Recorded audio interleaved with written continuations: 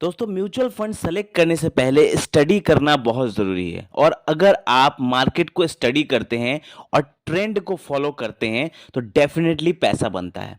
चाहे वो stock market हो या म्यूचुअल फंड का मार्केट हो, अगर आप सही ट्रेंड फॉलो करते हैं कि अपकमिंग ट्रेंड क्या है, कौन से वो फंड है या कौन से वो शेयर्स हैं जो अपकमिंग ट्रेंड को फॉलो कर सकते हैं और आने वाले ट्रेंड को बना सकते हैं, अच्छा प्रॉफिट दे सकते हैं, तो आप ऐसे ट्रेंड वाले फंड्स या शेयर्स को सेलेक्ट करते हैं तो डेफिनेटली आपका फायदा होता है। तो आज हम ऐसे ही एक फंड लेकर आए हैं जो हो सकता है कि जब ट्रेंड आए, इलेक्शन के बाद जब ट्रेंड आए तो वहां पर बहुत अच्छा पैसा बने। मैं कह रहा हूं अगर बाई चांस बीजेपी आती है गवर्नमेंट पावर में इलेक्शन के बाद, तो हो सकता है ये फंड बहुत तगड़ा रिटर्न आने वाले टाइम पर दे सकता है। अब मैं यहाँ पर किसी भी पार्टी का समर्थक नहीं हूँ। मैं बस यहाँ पर, मेरा काम है आप लोगों के लिए ऐसे फंड सेलेक्ट करना या ऐसा आप लोगों को फाइनेंस नॉलेज देना ताकि आप लोगों को ज़्यादा से ज़्यादा फायदा हो। चाहे पार्टी कोई भी आए, हमें बस ध्यान रखना है कि अपकमिंग ट्रेंड क्या हो सकता है।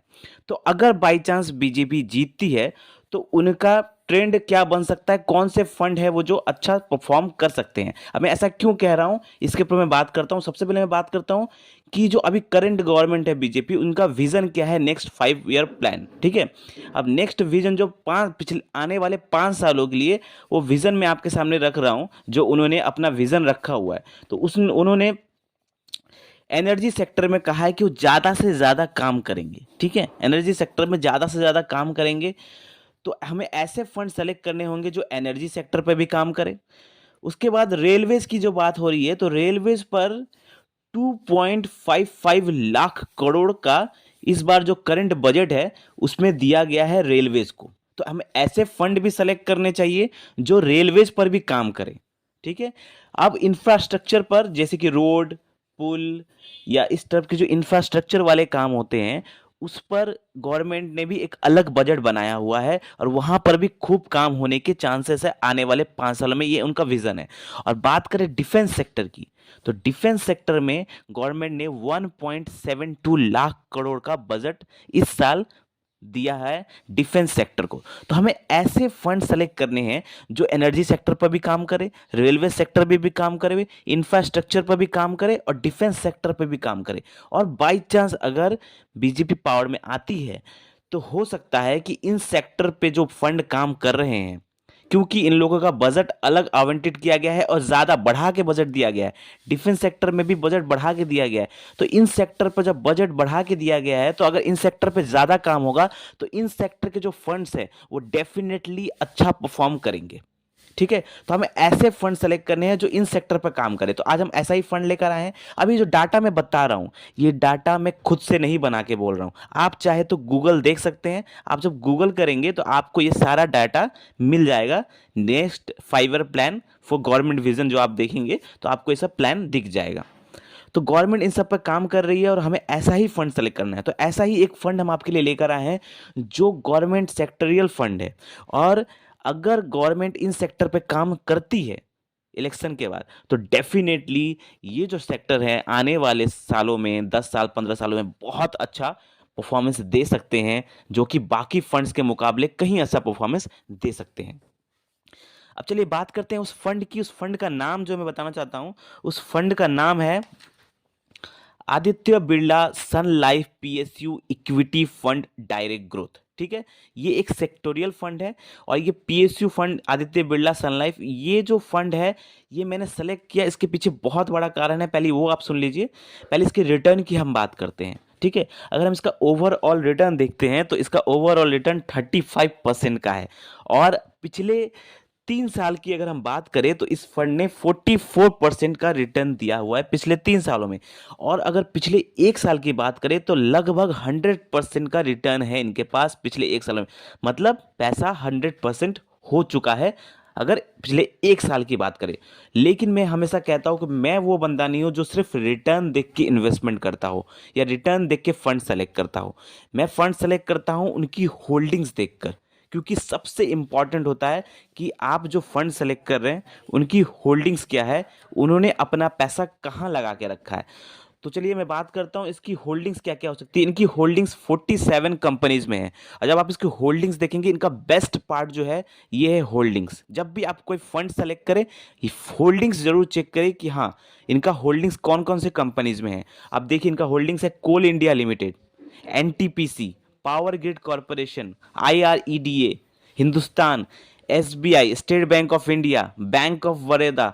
तो इन्होंने लगभग हर सेक्टर में अपना पैसा लगा के रखा है। ऐसे ऐसे सेक्टर में पैसा लगा के रखा है जहां जहां गवर्नमेंट ऑफ इंडिया काम कर रही है। तो अगर इन सेक्टर में भागता है, ये सेक्टर अच्छा परफॉर्म करती है इंडिया पर, तो डेफिनेटली ये फंड भी अच्छा परफॉर्म करेंगे। सेक्टर वाइज है। अब देखिए यहाँ पर मैं जो इनका फंड एलोकेशन आपको दिखाऊंगा, यहाँ पर एनर्जी सेक्टर पे इनका सबसे ज़्यादा पैसा लगा हुआ है। 46% इनका पैसा एनर्जी सेक्टर पे लगा हुआ है। जबकि अगर फाइनेंस सेक्टर की बात करें तो 29% इनका फाइनेंस सेक्टर पे है, और बाकी सेक्टर पे इनका जो पैसा बचा हुआ है वो सब डिस्ट्रीब्यूटेड है। तो आप देखिए इनकी होल्डिंग्स कितने अच्छे अच्छे कंपनीज में इनका पैसा लगा हुआ है। अब बात करें एक्सपेंस रेशियो की, तो इस फंड का एक्सपेंस रेशियो 0.58% का है। मैं हमेशा कहता हूं जब आप कोई फंड सेलेक्ट करें तो एक्सपेंस रेशियो 1% से कम होना चाहिए। इसका 0.58% है, तो एक्सपेंस रेशियो के हिसाब से भी ये फंड सही है। अब बात करते हैं कि आप यहाँ पर कितना इन्वेस्टमेंट कर सकते हैं। फंड साइज की अगर हम बात करें तो फंड साइज भी यहाँ पर बहुत ज़्यादा नहीं है, 2600 सीआर के आसपास का फंड साइज है। तो अगर जब लोग इसमें ज़्यादा इन्वेस्ट करेंगे तो इसका जब फंड साइज बढ़ेगा तो डेफिनेटली ये अच्छा परफॉर्मेंस करेगा।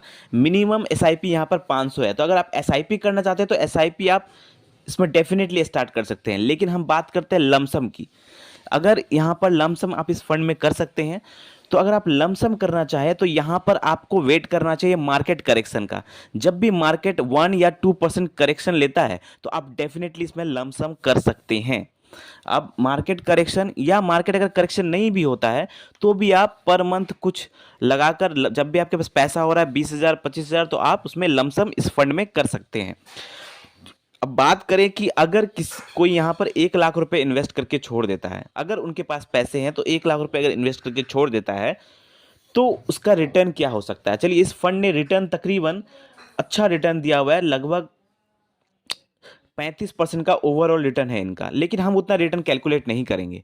रिटर्न कैलकुलेट करने के लिए चलिए हम अच्छा फंड मानते हैं इनको, तो हम इनको 20% का रिटर्न कैलकुलेट कर सकते हैं। तो आपके सामने एक कैलकुलेशन होगा लमसम का। तो अगर यहाँ पे कोई 1 लाख रुपए इन्वेस्ट करता है, रिटर्न अगर यहाँ पे मिलता है 20% का ओवरऑल रिटर्न, क्योंकि ये फंड अच्छा है और सेक्टर पे काम कर रही है गवर्नमेंट, तो इतना रिटर्न पॉसिबल हो सकता है। टाइम पीरियड चलिए यहाँ पे हम 30 साल लेते हैं। अगर कोई 30 साल की एज में यहाँ पे 1 लाख रुपए लगा के छोड़ देता है, तो आने वाले 30 साल पे जब वो रिटायर होगा, जब एज हो जाएगा उसका 60 साल की एज हो जाएगी, तब उसके पास वैल्यू बन सकता है यहाँ पे 2,37,00,000 रुपए का यहाँ पर वैल्यू बन सकता है, सिर्फ 1 लाख रुपए इन्वेस्ट करके। अब बात करें तो ये फंड बहुत ज़बरदस्त है, अच्छा परफॉर्मेंस कर सकता है। ये मेरी स्टडी है, मैंने अपने हिसाब से रिसर्च करके ये फंड निकाला है। लेकिन आपकी सोच कुछ और हो सकती है, तो आप इन्वेस्टमेंट करने से पहले अपनी रिसर्च भी जरूर कर ले। मैं वो फंड आपको बताता हूँ जिसमें मैं खुद इन्वेस्ट करता हूँ या जिसमें मैं खुद रिसर्च करता हूँ, जो मुझे अपने हिसाब से सही लगता है। बाकी आप अपने हिसाब से रिसर्च करके इन्वेस्टमेंट कर सकते हैं। वीडियो अच्छा लगा हो तो लाइक करें, और ऐसे ही जबरदस्त वीडियो पाने के लिए हमारे चैनल को सब्सक्राइब करें। हमें प्यार दें। धन्यवाद।